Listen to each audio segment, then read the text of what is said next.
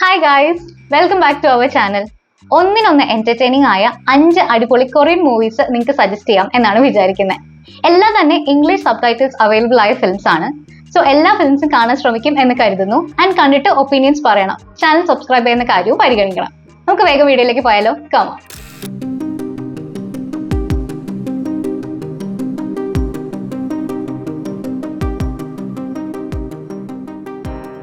അപ്പൊ ലിസ്റ്റിലെ 5ാമത്തെ മൂവി തൊട്ട് തുടങ്ങാം. നമ്മുടെ പ്രൊട്ടഗോണിസ്റ്റ് ഒരു ബാങ്ക് മാനേജർ ആണ്. പതിവ് പോലെ രാവിലെ അദ്ദേഹം ഓഫീസിലേക്കുള്ള യാത്രയിലാണ്. കാറിലുള്ള തന്റെ കുട്ടികളെ ഒരു എക്സാമിന് ഡ്രോപ്പ് ചെയ്തിട്ട് വേണം പോവാൻ.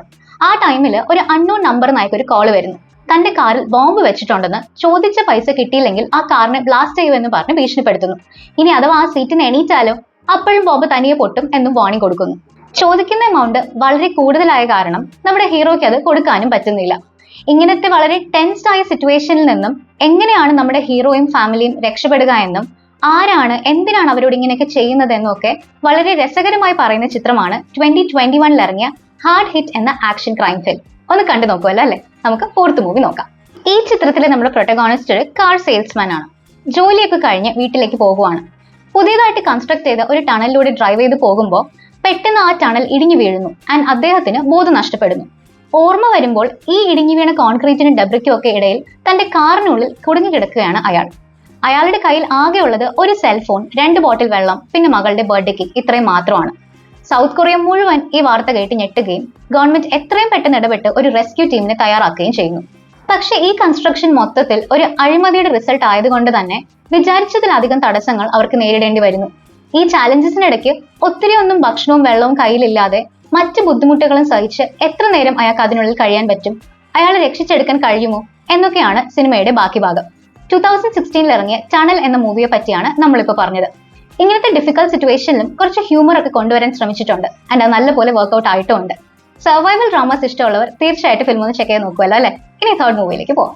കൊറിയയിലേറെ പോപ്പുലർ ആയ ഒരു FM സ്റ്റേഷനിൽ വർക്ക് ചെയ്യുന്ന നമ്മുടെ ഹീറോയിൻ ഹോസ്റ്റ് ചെയ്യുന്ന മ്യൂസിക്കൽ ഷോ വൻ ഹിറ്റാണ്. പുള്ളിക്കാരിക്ക് ഹാർട്ടിന് അസുഖമുള്ള ഒരു മകളുണ്ട്.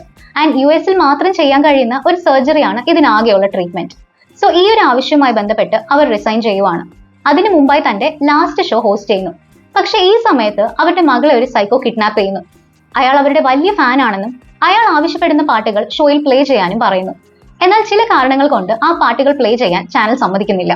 സൈക്കോ പറയുന്ന കേൾക്കാതെ പോലീസിൽ കാര്യങ്ങൾ അറിയിക്കുന്നത് വഴി അയാൾ ഒരു റിയൽ സൈക്കോ തന്നെയാണെന്ന് അയാൾ കാണിച്ചു കൂട്ടുന്ന സൈക്കോ തരങ്ങൾ വഴി സിനിമയിൽ നമ്മൾ കാണുന്നു.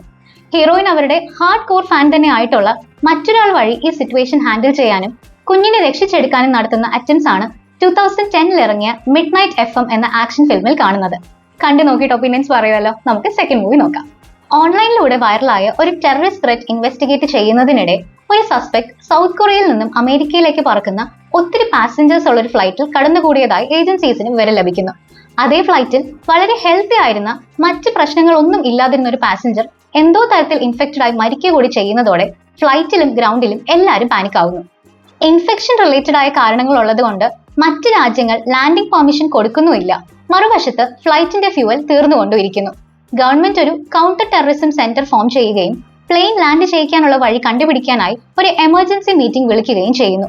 ഈ സിറ്റുവേഷൻ മറ്റ് പാസഞ്ചേഴ്സ് എങ്ങനെ ഹാൻഡിൽ ചെയ്യുന്നു, ഗവൺമെന്റ് ഇവരെ രക്ഷപ്പെടുത്താൻ എന്ത് വഴികൾ സ്വീകരിക്കുന്നു എന്നൊക്കെ നമ്മളെ മുൾമുനയിൽ നിർത്തി വളരെ ഇൻട്രസ്റ്റിംഗ് ആയി കാണിച്ച ഒരു ഫിലിമാണ് 2021 ഇറങ്ങിയ എമർജൻസി ഡിക്ലറേഷൻ എന്ന ഡിസാസ്റ്റർ ഫിലിം. എല്ലാ ചിത്രങ്ങളും പറയാറുള്ള പോലെ കണ്ടു നോക്കുക, അഭിപ്രായം പറയാം. അപ്പോൾ 1st movie one of the most famous and ഒരുപാട് പേര് കണ്ടിട്ടുള്ള കൊറിയൻ മൂവിയും കൂടെ ആയിരിക്കും. ഡിവോഴ്സ്ഡ് ആയിട്ടുള്ള പ്രൊട്ടഗോണിസ്റ്റിന്റെ മകളുടെ ബർത്ത്ഡേ ആണ്. ആ സ്പെഷ്യൽ ഒക്കേഷൻ തന്റെ അമ്മയുടെ കൂടെ സെലിബ്രേറ്റ് ചെയ്യണം എന്നവൾ ആഗ്രഹിക്കുന്നു. അപ്പൊ ആ കുട്ടിയെ കൊണ്ട് നമ്മുടെ ഹീറോ അയാളുടെ എക്സ് വൈഫ് താമസിക്കുന്ന ബൂസാൻ എന്ന സ്ഥലത്തേക്ക് പോകുന്ന ട്രെയിനിൽ കയറുവാണ്. പക്ഷെ ഇതേ സമയം രാജ്യം മുഴുവനായും ഒരു വൈറസ് സ്പ്രെഡ് ആയിക്കൊണ്ടിരിക്കുവാണെന്നും ഇൻഫെക്റ്റഡ് ആകുന്നവർ സോംബീസ് ആയി മാറുകയാണെന്നും അയാൾക്കോ മറ്റ് പാസഞ്ചേഴ്സിനോ അറിയുമായിരുന്നില്ല. ഇൻഫെക്റ്റ് ആയി സോംബീസ് ആകുന്ന ഓരോരുത്തരും അറ്റാക്ക് ചെയ്യുന്ന ആളുകൾക്കും അതേ കാര്യം തന്നെ സംഭവിക്കും. സോ അങ്ങനെ സോംബീസിന്റെ എണ്ണം വളരെ വേഗം കൂടിക്കൊണ്ടിരിക്കുവാണ്. ഈ ഒരു സിറ്റുവേഷനിലൂടെ കടന്നു പോകുന്ന ഈ ട്രെയിനിലെ നമ്മുടെ ഹീറോ, അയാളുടെ മകൾ, കൂടെ ട്രെയിനിലെ മറ്റ് പാസഞ്ചേഴ്സ് എല്ലാവരും ഇതിനെ ഫൈറ്റ് ചെയ്യുന്നതും രക്ഷപ്പെടാൻ നടത്തുന്ന ശ്രമങ്ങളും കുറച്ചു പേരുടെ സെൽഫിഷ്നെസ്, മറ്റു ചിലരുടെ ത്യാഗങ്ങൾ, എൻഗേജിംഗ് ആയ ഫൈറ്റ്സ്, ത്രില്ലിംഗ് സീൻസ് ഇവയൊക്കെ കൊണ്ട് നിറഞ്ഞ ഒരു സൂപ്പർ എന്റർടൈനിങ് സോംബി ഹൊറർ ഫിലിമാണ് 2016 train to Busan. Foreign movies കാണുന്നവർ, അതിൽ തന്നെ കമേഴ്ഷ്യൽ ഫിലിംസ് കാണുന്നവരിൽ ഭൂരിഭാഗവും ഓൾറെഡി കണ്ടിട്ടുണ്ടാവാൻ ചാൻസ് ഉള്ള ഫിലിം തന്നെയാണ് ട്രെയിൻ ടു ബുസാൻ. എങ്കിലും കണ്ടിട്ടില്ലാത്തവരെയും പേഴ്സണലി തന്നെ അറിയാം. ഓൾറെഡി കണ്ടവർ കാണാത്തവരെ കാണാൻ പ്രേരിപ്പിക്കുന്ന തരത്തിലുള്ള കമന്റ്സ് പോസ്റ്റ് ചെയ്യും എന്ന് പ്രതീക്ഷിക്കുന്നു. കൂടാതെ മറ്റ് ഫിലിംസ് കണ്ടിട്ടില്ലെങ്കിൽ കാണാൻ ശ്രമിക്കുക, ഫീഡ്ബാക്ക് അറിയിക്കുക. വീഡിയോ ഇഷ്ടമായെങ്കിൽ ലൈക്ക് ചെയ്യാൻ നോക്കണം ആൻഡ് ചാനൽ സബ്സ്ക്രൈബ് ചെയ്യുന്ന കാര്യവും പരിഗണിക്കുമല്ലോ അല്ലേ? അപ്പോൾ അടുത്ത വീഡിയോ കാണുന്നവരെ ബൈ.